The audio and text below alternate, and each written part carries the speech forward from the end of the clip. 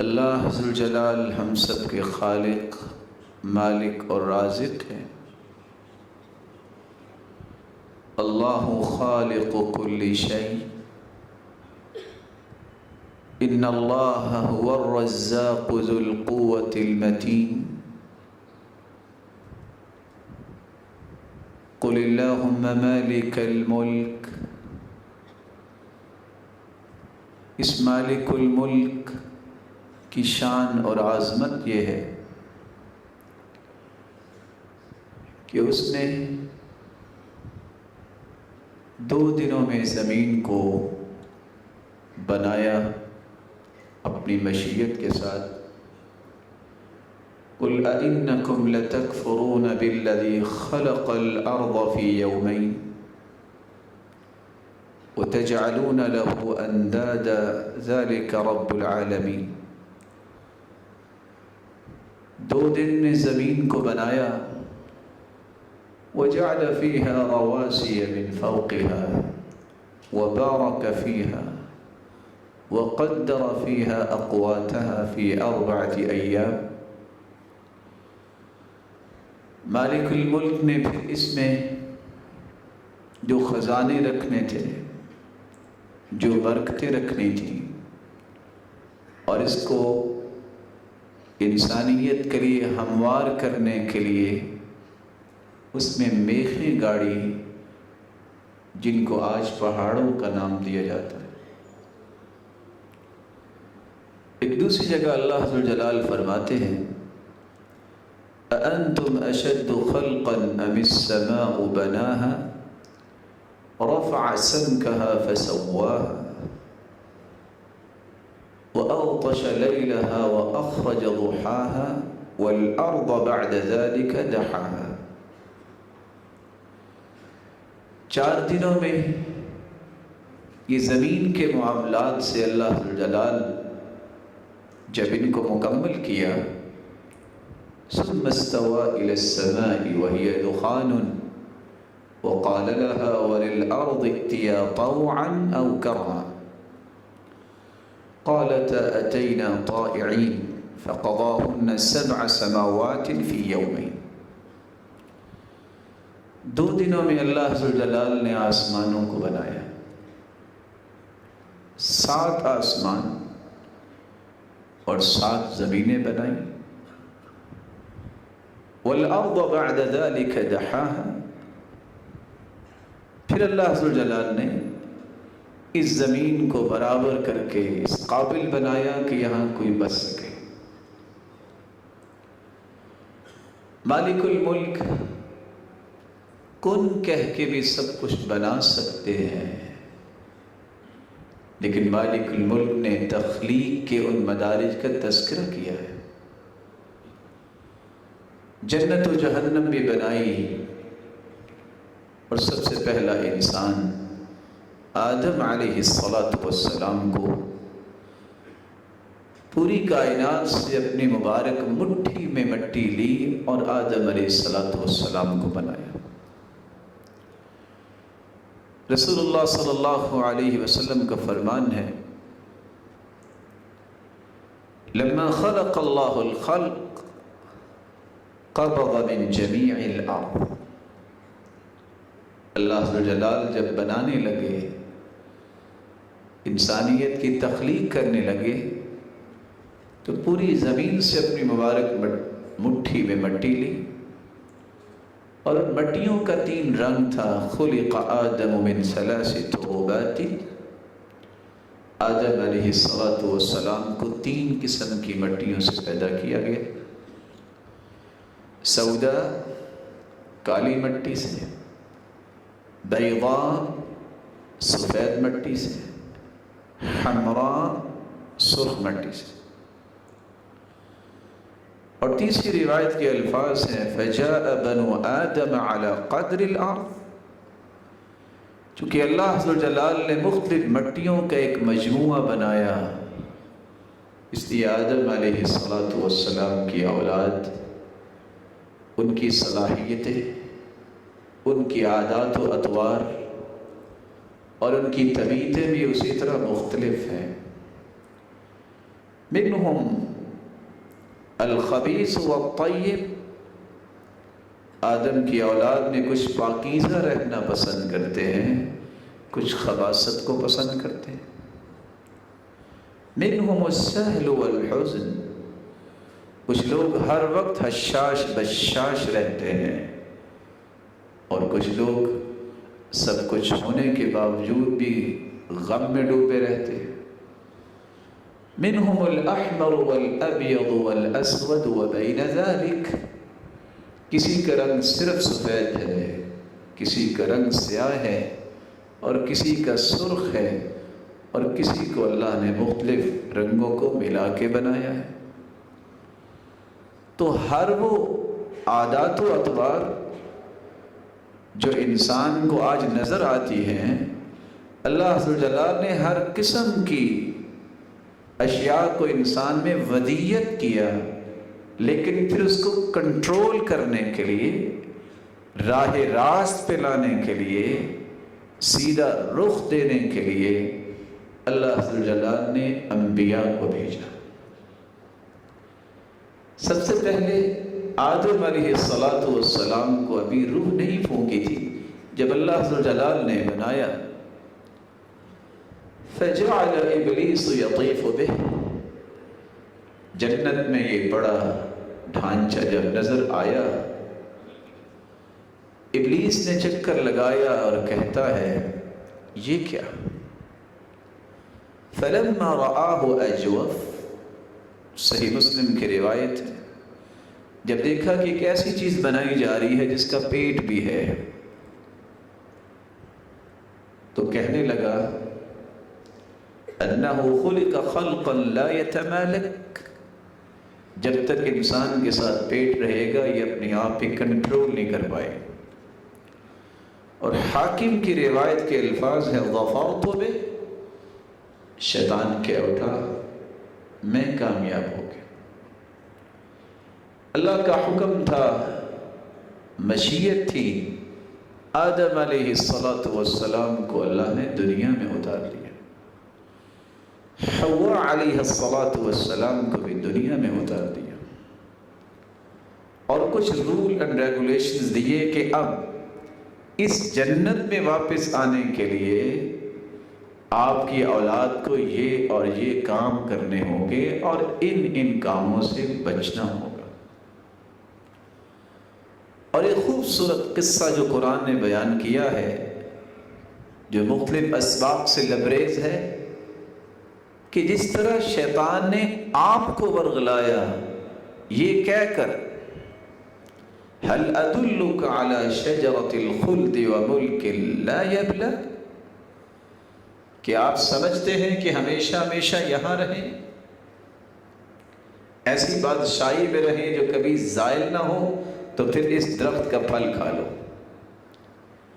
یہ دھوکہ تھا شیطان کا، جس دھوکے میں آ کے یہ بھول ہوئی سیدنا آدم علیہ السلام سے، نتیجتاً اس پھل کو کھانے سے، جس کے بارے میں اللہ نے منع کر دیا تھا کہ اس کا پھل نہیں کھانا، اس کے قریب نہیں جانا، تو اللہ عز و جل نے زمین میں اتار دیا۔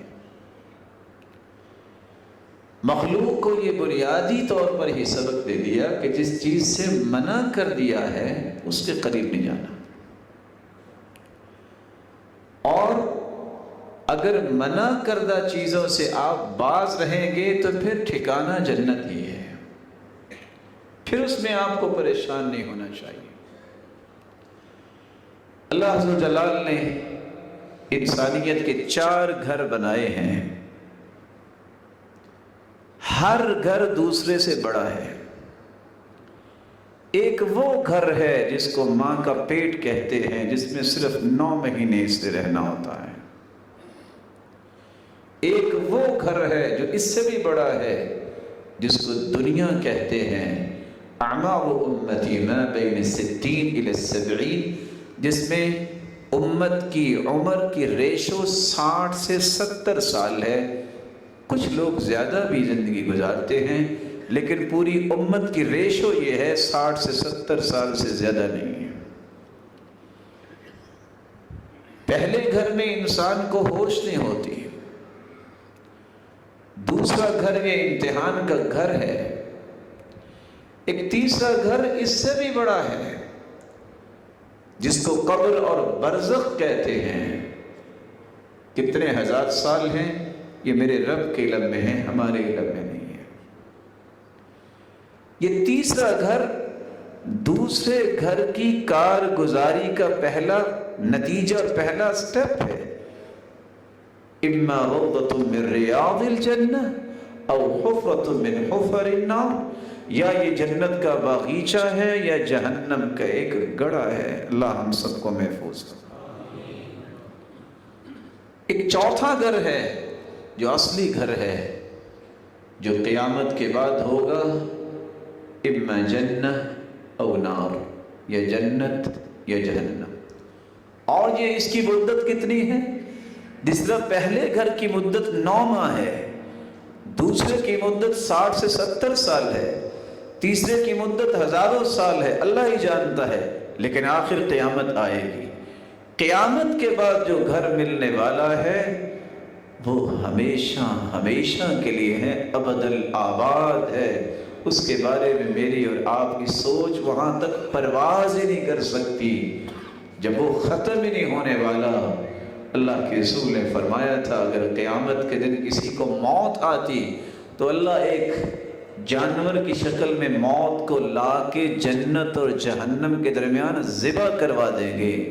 اگر کسی کو خوشی سے موت اس دن آتی تو جنتیوں کو موت آتی کہ آج موت ذبح ہو گئی ہے اور آج کے بعد ہمیں کبھی موت نہیں آئے گی، اور اگر کسی کو غم سے موت آتی تو جہنمیوں کو موت آتی کہ آج موت ذبح ہو گئی ہے تو موت تو آنی نہیں، ہمیں ہمیشہ جہنم میں رہنا پڑے گا، لیکن موت جو ہے وہ ذبح ہو چکی ہو۔ اس کی تفصیلات انشاءاللہ ان 4 گھروں کی کسی جمعے میں بیان کریں گے۔ میں آج جس موضوع پہ بات کرنا چاہتا ہوں، یہ جو آخری گھر ہے یہ میرے رب نے اپنے ہاتھوں سے بنایا ہے۔ خلق اللہ جنت عدن بیدی، میرے مالک نے اپنے ہاتھوں سے، مبارک ہاتھوں سے بنایا ہے۔ اس گھر کے اور قبر کے درمیان ایک مشکل ترین گھڑی ہے جس کو قیامت کہتے ہیں۔ اس مشکل ترین گھڑی کی بابت رسول اللہ صلی اللہ علیہ وسلم نے فرمایا ستحشرون یوم القیامت حفاتا عراتا غرلا بہما۔ دنیا میں اگر تم 2 لاکھ کی جوتی پہنتے ہو، قیامت کو ہر شخص پاؤں سے ننگا ہوگا۔ دنیا میں مہنگے مہنگے برانڈ استعمال کرتے ہو لباس کے، قیامت کو ہر انسان کے اوپر کوئی کپڑا نہیں ہوگا، بغیر لباس کے ہوگا۔ 10 پہلو اختیار کرتے ہو اپنے بالوں کی آلائش و غلائش پہ، لیکن قیامت کے دن یہ بکھرے ہوئے بال ہوں گے۔ جس طرح انسان پیدا ہوتا ہے اسی طرح بغیر ختنے کے ہوگا، اور حالت یہ ہوگی کہ لوگ اس طرح گرے پڑے ہوں گے کالفراش المبثوث، جیسے پتنگے گرے ہوتے ہیں۔ آج 1 گھنٹہ باہر دھوپ میں کھڑے ہو کے دیکھیے کہ انسان جھلس جاتا ہے۔ وہ دن جو 50,000 سال کا دن ہوگا، جس دن سورج اتنا قریب ہوگا، یکون الناس علی قدر اعمالہم فی العرق، لوگ پسینے میں شرابور ہوں گے، پسینہ اتنا جسم سے نکلے گا، اتنا نکلے گا کہ کسی کے ٹخنے تک پسینے کا پانی ہوگا۔ منہم من یبلغ الی رکبتین، کسی کا پسینہ گر گر کے اس کے گھٹنے تک آ جائے گا۔ منہم من یبلغ الی حقوائی، اور کسی کا پسینہ اس کی کمر تک آ جائے گا۔ وَمِنْهُمْ مَنْ يُلْجِمُهُمْ إِلْجَامًا، اور کچھ پسینے میں اس طرح ہوں گے کہ ان کے منہ تک ان کا پسینہ آ چکا ہوگا۔ حَتَّى يَذْهَبَ عَرَقُهُمْ فِي الْأَرْضِ 70 ذِرَاعًا، کچھ ایسے بدبخت ہوں گے کہ 70 ہاتھ پسینے میں وہ ڈبکیاں کھا رہے ہوں گے۔ ہی راستہ ہے، اس مشکل اور ہولناک کیفیت سے بچنے کا ایک ہی راستہ ہے کہ وہ وقت جو 50,000 سال کا ہے کافروں کے لیے، اللہ مومنوں کے لیے تو اسے مختصر کر دیں گے، جیسا کہ سیدنا ابو ذر رضی اللہ تعالی عنہ روایت کرتے ہیں کہ کتنا بڑا یہ دن ہے۔ مسند احمد کی روایت ہے، انه يخفف على المؤمن حتى يكون اخف عليه من صلاة مكتوبة يصليها في الدنيا۔ 50,000 سال کا دن کافروں کے لیے ہوگا، لیکن بعض ایسے اللہ کے پیارے ہوں گے کہ ان کے لیے دن اتنا ہی ہوگا جتنا ایک نماز سے دوسری نماز کا وقت دنیا میں ہوتا ہے، مومن کو اتنا ہی محسوس ہوگا۔ لیکن کون سے مومن؟ جن کو اللہ عز و جلال نے اپنے عرش کے سائے کے لیے چن لیا ہوگا۔ اللہ کا عرش 7 زمینیں اور 7 آسمانوں کو اللہ نے بنایا 14 طبق۔ عبداللہ بن مسعود رضی اللہ تعالی عنہ فرماتے ہیں زمین سے آسمان تک کا فاصلہ 500 سال کا ہے، اور اسی طرح 7 آسمانوں کا، ہر آسمان کا فاصلہ ہے۔ 7 آسمانوں کے اوپر اللہ عز و جلال نے جو قرآن میں فرمایا ہے کرسی ہے، اور اس کے اوپر جو پانی ہے 500 سال کا فاصلہ ہے، اور پانی پر اللہ کا عرش ہے، اور اللہ عرش پر مستوی ہیں، بلند ہیں، قائم ہیں۔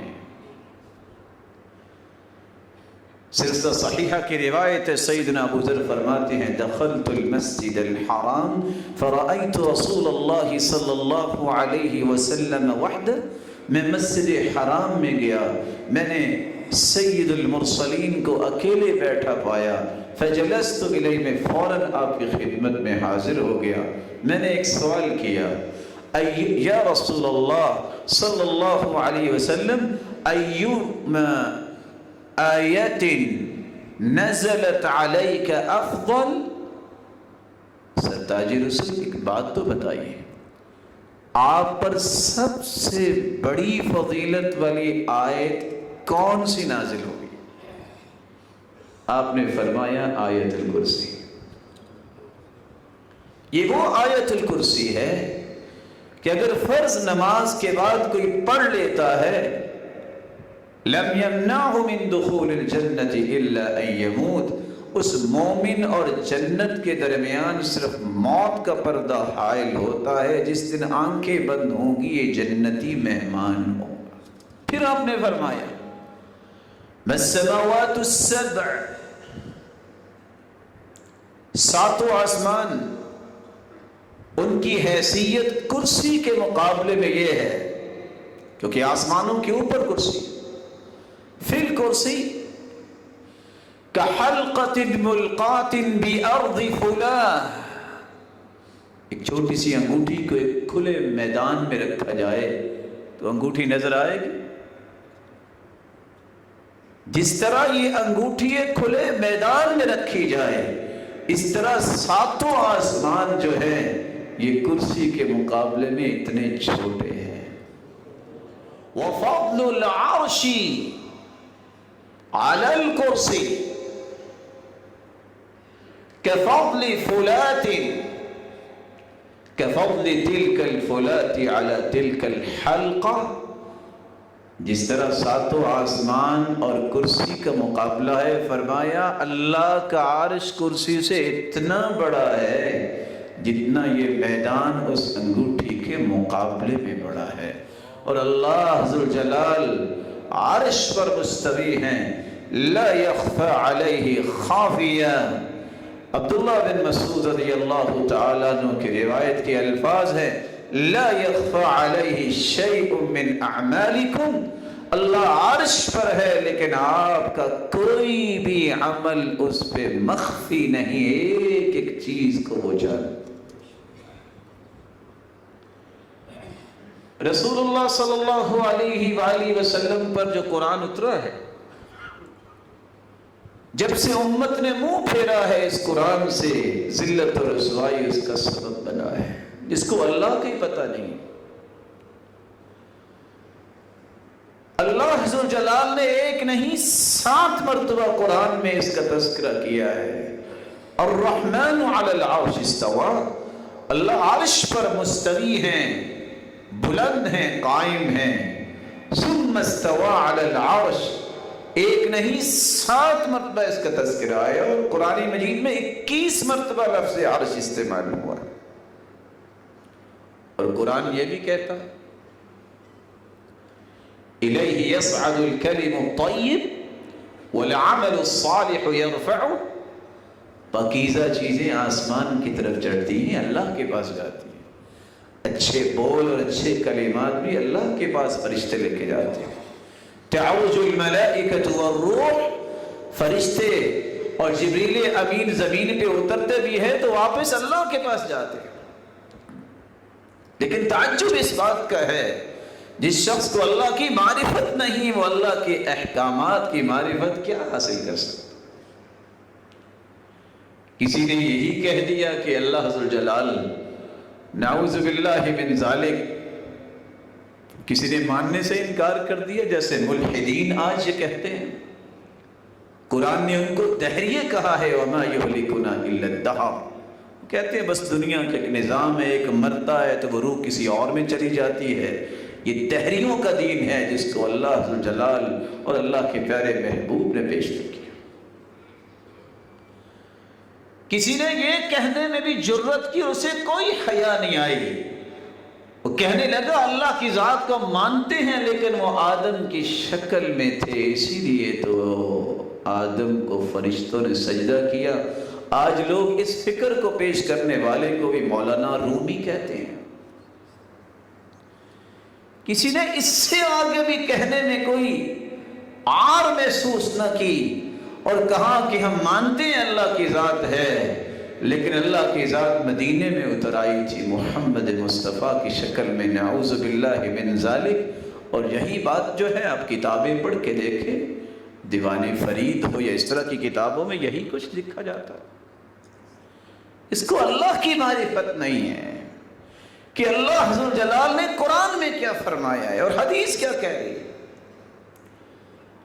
اور کسی نے اس سے بھی آگے بات کہہ دی، کہا جو کچھ تمہیں نظر آتا ہے یہ اللہ کا عکس ہی ہے، اللہ ہر چیز میں موجود ہے۔ اور کسی نے تو من گھڑت باتیں کر کے کہ کسی کا دل نہ توڑنا اس میں اللہ رہتا ہے، یہ سب خلاف شریعت باتیں ہیں جس کی کوئی قرآن و سنت کی دلیل نہیں۔ اور بعض ایسے بھی بدبخت آئے جن کو کہتے ہوئے کوئی شرم اور حیا نہ آئی، اور کہہ گئے وَمَا الْكَلْبُ وَالْخِنْزِيرُ إِلَّا إِلَٰهُنَا، کہ یہ کتا بھی ہمارا رب ہے۔ ظالموں نے کہہ دیا، اور خنزیر بھی، کیونکہ اس میں بھی ہمیں انوار الہی نظر آتی۔ جس کو رب کی پہچان حاصل نہیں ہوئی، یہ ظالم ہمیشہ دنیا میں ذلیل ہوتا ہے اور آخرت میں بھی ذلیل ہوگا اگر توبہ نہیں کرتا۔ اللہ کی پہچان تو سب سے پہلے حاصل کی جائے کہ اللہ رب العزت سب کے خالق و مالک ہیں، مقادر مطلق ہیں، ساتوں آسمانوں اور زمینوں کے خالق و مالک ہیں، اور اللہ ذوالجلال عرش پر مستوی ہیں۔ اس کی شان جس طرح عظیم ہے، اس کی عظمت یہ ہے کہ وہ ذات کے اعتبار سے عرش پر ہے، لیکن اس کا علم اور قدرت دنیا کے ذرے ذرے میں ہے۔ صحیح مسلم کی روایت ہے، آج ایک نئی مصیبت آ گئی کہ کسی کے عقیدے کو چھیڑو نہ اور اپنا عقیدہ چھوڑو نہ، یہ بھی جاہلوں کی کھڑی ہوئی بات ہے۔ صحابی کہتے ہیں میں اپنی لونڈی کو آزاد کرنا چاہتا ہوں، فرمایا لاؤ اسے۔ این اللہ؟ صحیح مسلم کی روایت ہے، اللہ کے رسول نے اس سے پوچھا، آپ نے فرمایا بتاؤ اللہ کہاں ہے؟ فَأَشَارَتْ بِيَدِهَا إِلَى السَّمَاءِ، اس لونڈی نے کہا کالے رنگ کی لونڈی نے کہ اللہ آسمانوں میں. آپ نے دوسرا سوال کیا من انا، میں کون ہوں؟ وہ کہنے لگی انت رسول اللہ، آپ اللہ کے رسول ہیں. 2 سوال اور 2 جواب. اللہ کہاں ہے؟ کیا اس کو پتا ہے اس کا مالک کہاں ہے؟ کیا اس کو پتا ہے کہ قیامت تک کے لیے پیغمبر اور ہادی اور مرشد اور آئیڈیل اور رول ماڈل کون ہے؟ دونوں جواب صحیح دیے. آپ نے فرمایا اعتقها فإنها مؤمنہ، جاؤ اسے آزاد کر دو، یہ مومنہ ہے. پتہ یہ چلا صحیح مسلم کی روایت سے مومن وہ ہوتا ہے جو اللہ کو ذات کے اعتبار سے آسمانوں میں مانتا. اس لیے تو امام ابو حنیفہ رحمۃ اللہ علیہ کہا کرتے تھے من لم یقر ان اللہ علی العرش فقد کفر، جو اقرار نہیں کرتا کہ اللہ عرش پر ہے اس نے تو کفر کیا ہے. لأن اللہ سبحانہ وتعالی یقول الرحمن علی العرش استوى وعرشہ فوق 7 سماوات، کیونکہ اللہ نے قرآن میں کہا ہے کہ رحمان عرش پر مستوی ہوا اور عرش 7 آسمانوں کے اوپر ہے. اور دوسرا قول بھی امام ابو حنیفہ کا ہے من انکر ان اللہ فی السماء فقد کفر، جس نے انکار کر دیا کہ اللہ آسمانوں میں نہیں ہے اس نے تو کفر کیا. اللہ ہمیں اپنا صحیح تعارف نصیب فرمائے، اور صحیح ترین تعارف اگر اللہ ذوالجلال کا اور اس کے محبوب کا پیش کرنے والی کوئی کتاب ہے تو اس کو قرآن کہتے ہیں، اس کو اللہ کے رسول کے فرامین پر مشتمل حدیث کی کتابیں کہتے ہیں. آپ صحیح بخاری پڑھیے اور صحیح مسلم پڑھیے اور دیگر صحیح حدیثوں کی کتابیں پڑھیے، تب جا کے آپ کو اپنے رب کی صحیح معرفت ملے. ایسے بدبخت بھی آئے جب کسی سے کہا گیا کہ اللہ سبحانہ و تعالیٰ تو بلند ہے، آسمانوں پر ہے، تم کہتے نہیں ہو سبحان ربی العالی، لیکن جن کی قسمت جو ہے وہ بد ہو جائے، اللہ نے فیصلے کر دیے ہوں، وہ ظالم کہتا ہے پھر کیا ہوا، میں سبحان ربی العالی نہیں کہوں گا، میں کہہ دوں گا سبحان ربی الاسفل، میں نچلے رب کی پاکی بیان کرتا ہوں. والعیاذ باللہ، استغفر اللہ ربی من کل ذنب واتوب الیہ. آج دنیا کے اندر یہی سب سے بڑا مسئلہ ہے کہ حقائق کی دنیا میں کوئی قدم رکھنا پسند نہیں کرتا. اس عرش کے بارے میں اللہ کے رسول نے 10 ایسی ہستیوں کا تذکرہ کیا ہے جو دنیا کے کٹھن زندگی گزارنے کے بعد قبر سے ہوتے ہوئے جب قیامت کی ہولناکیوں میں قدم رکھے گا تو میرا مالک ان 10 سے 11 لوگوں کو اپنی محبت سے محروم نہیں کرے گا. وہ کون سے خوش نصیب ہیں؟ 7 یظلهم اللہ فی ظلہ یوم لا ظل الا ظلہ.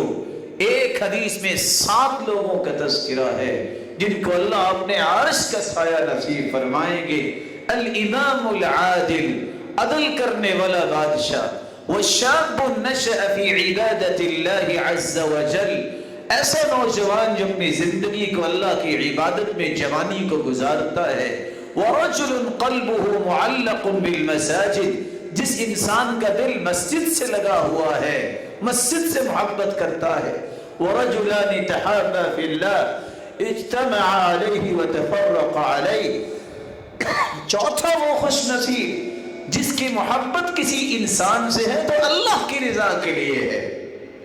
ورجل دعته امرأة ذات منصب وجمال فقال انی اخاف اللہ. پانچواں وہ خوش نصیب جس کو اس عرش کا سایہ ملے گا، جس کو کوئی عورت برائی کی دعوت دے تو وہ کہے میں تو اللہ سے ڈرتا ہوں. ورجل تصدق بصدقة فأخفاها حتى لا تعلم شماله ما تنفق يمينه. اور چھٹا وہ انسان جس کو عرش کا سایہ ملے گا جو دائیں ہاتھ سے صدقہ کرتا ہے رب کی رضا کے لیے، لیکن ریاکاری اور شہرت نہیں چاہتا اور اس کے بائیں ہاتھ کو بھی پتہ ہی نہیں چلتا. اور 7واں خوش نصیب وَرَجُلٌ ذَكَرَ اللَّهَ خَالِيًا فَفَاضَتْ عَيْنَاهُ، جو اکیلا بیٹھ کے اللہ کی یاد میں آنسو بہا لیتا ہے، یہ اس قدر قیمتی آنسو ہے کہ اللہ اسے اپنے عرش کا سایہ نصیب فرمائیں۔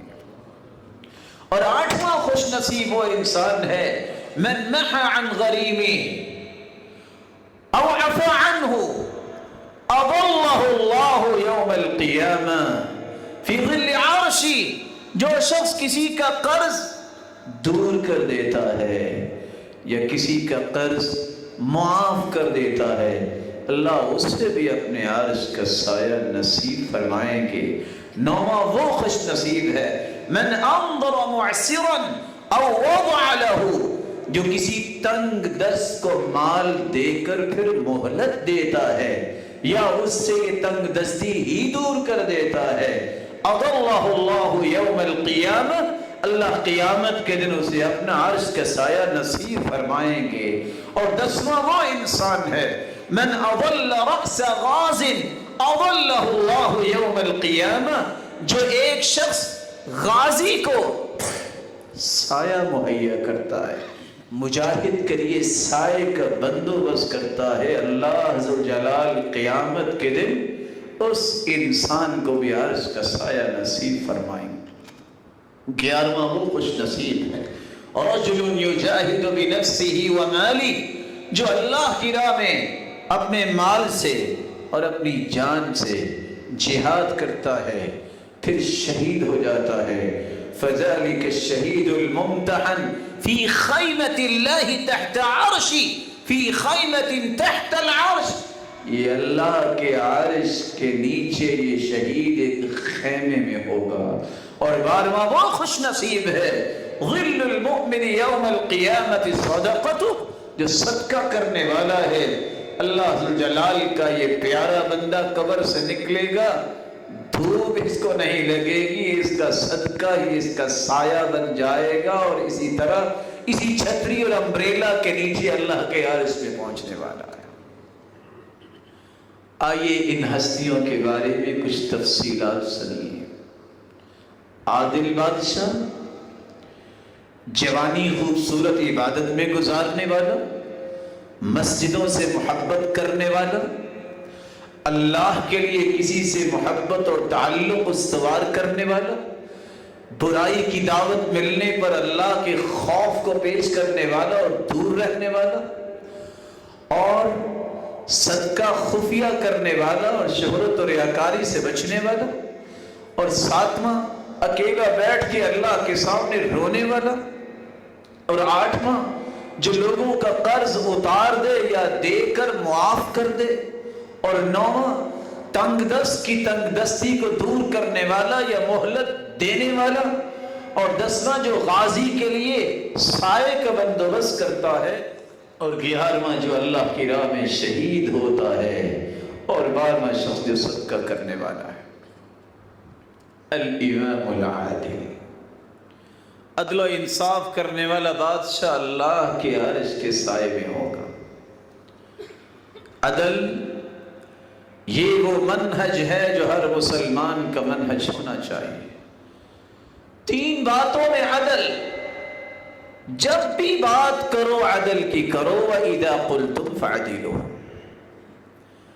جب بھی فیصلہ کرو عدل کا، وَإِذَا حَكَمْتُمْ بَيْنَ النَّاسِ أَن تَحْكُمُوا بِالْعَدْلِ، جب بھی کسی سے نفرت بھی کرو محبت بھی کرو تو عدل کی بنیاد پہ، وَلَا يَجْرِمَنَّكُمْ شَنَآنُ قَوْمٍ عَلَىٰ أَلَّا تَعْدِلُوا، کسی قوم کی مخالفت کی وجہ سے عدل نہ چھوڑو۔ یہ وہ منہج ہے جو قرآن نے دیا ہے، جس قوم کا یہ منہج بن جائے وہ قوم کبھی ذلیل و رسوا نہیں ہوتی۔ عدل و انصاف اتنی بڑی صلاحیت ہے اللہ ذوالجلال نے، اس لیے عدل و انصاف اختیار کرنے والوں کو اتنا پسند کیا ہے کہ جہاں اپنی گواہی دی ہے وہاں اللہ مالک الملک نے عدل و انصاف اختیار کرنے والوں کی گواہی کو بھی اپنی گواہی کے ساتھ ملا کے قرآن بنا کے پیش کر دیا۔ شہید اللہ انہ لا الہ الا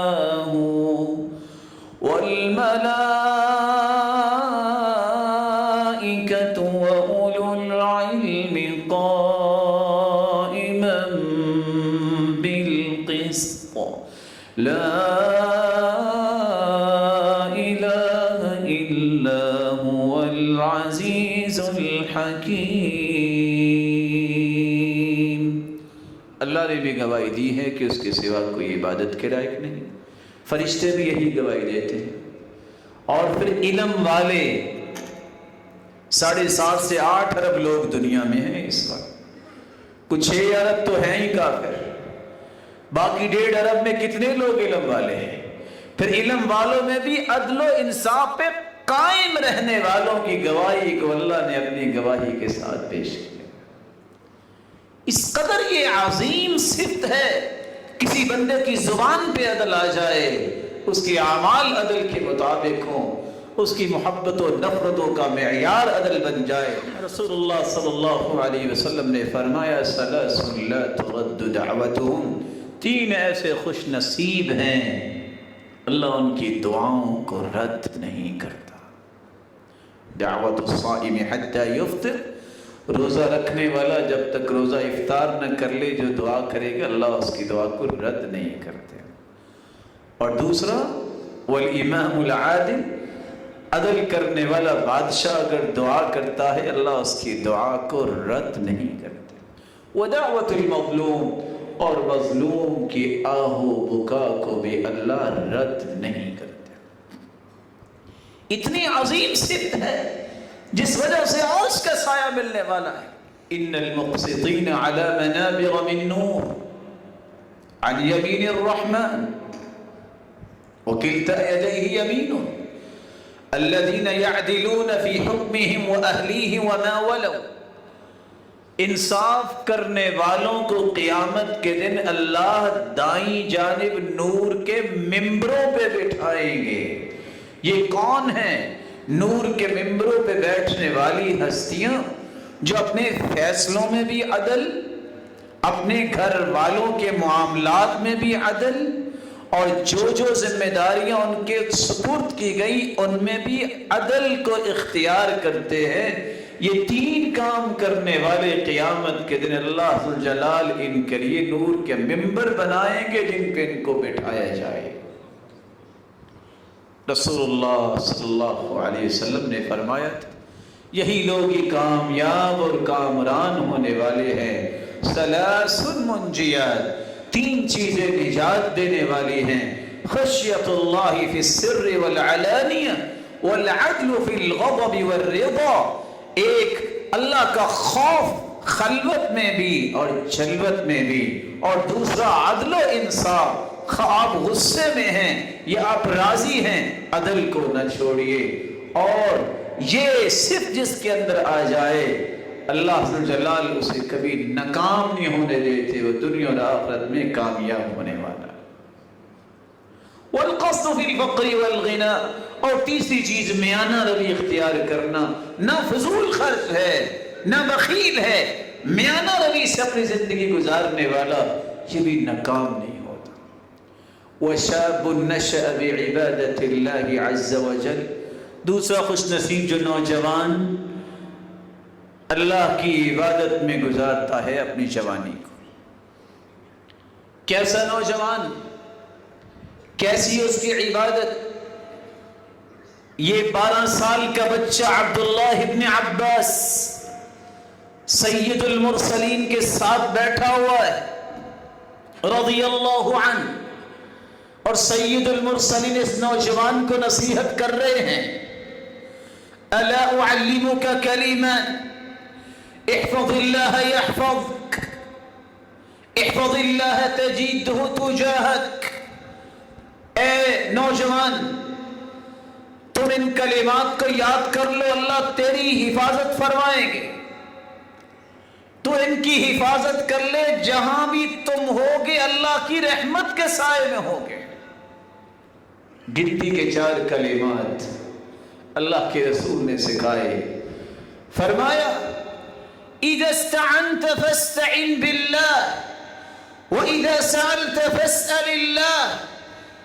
بیٹا جب بھی تم نے سوال کرنا ہے تو اس ہستی کو جو کسی کے سوال کو رد نہیں کرتی وہ اللہ کی ذات ہے. تم نے مدد طلب کرنی ہے تو اس ہستی تھے جس کی مدد آ جائے تو دنیا کی کسی مدد کی ضرورت نہیں ہے، وہ اللہ کی ذات. اور تیسرا کلمہ وَاعْلَمْ أَنَّ الْأُمَّةَ لَوْ اجْتَمَعَتْ عَلَىٰ أَن يَنْفَعُوكَ بِشَيْءٍ لَمْ يَنْفَعُوكَ إِلَّا بِشَيْءٍ قَدْ كَتَبَهُ اللَّهُ لَكَ۔ بیٹا تیسری بات یہ ہے، یقین کر لو ساری دنیا جمع ہو کے تجھے نفع دینے کی بات کرے تو نفع تمہیں کبھی نہیں ملے گا جب تک تیرے رب کا فیصلہ نہیں۔ وَلَوْ اجْتَمَعُوا عَلَىٰ أَن يَضُرُّوكَ بِشَيْءٍ لَمْ يَضُرُّوكَ إِلَّا بِشَيْءٍ قَدْ كَتَبَهُ اللَّهُ عَلَيْكَ۔ اگر ساری دنیا اس بات پہ جمع ہو جائے، بیٹا یہ چوتھی بات ہے، ساری دنیا جمع ہو جائے کہ تمہیں نقصان پہنچانا ہے تو بیٹا تمہیں نقصان نہیں پہنچے گا جب تک تیرے رب کا فیصلہ نہیں ہوگا۔ اللہ پر یقین، اللہ ذوالجلال پر اعتماد، اللہ پر توکل، اسی سے ہی مدد مانگنا، اپنی تمام تمناؤں کا رخ اسی کی طرف کرنا، یہ وہ نوجوان ہے جس کو اللہ عرش کا سایہ نصیب فرمائیں گے، اور عفت و پاک دامنی کو اختیار کرنے والا نوجوان جس کو اللہ عرش کا سایہ نصیب فرمائیں گے،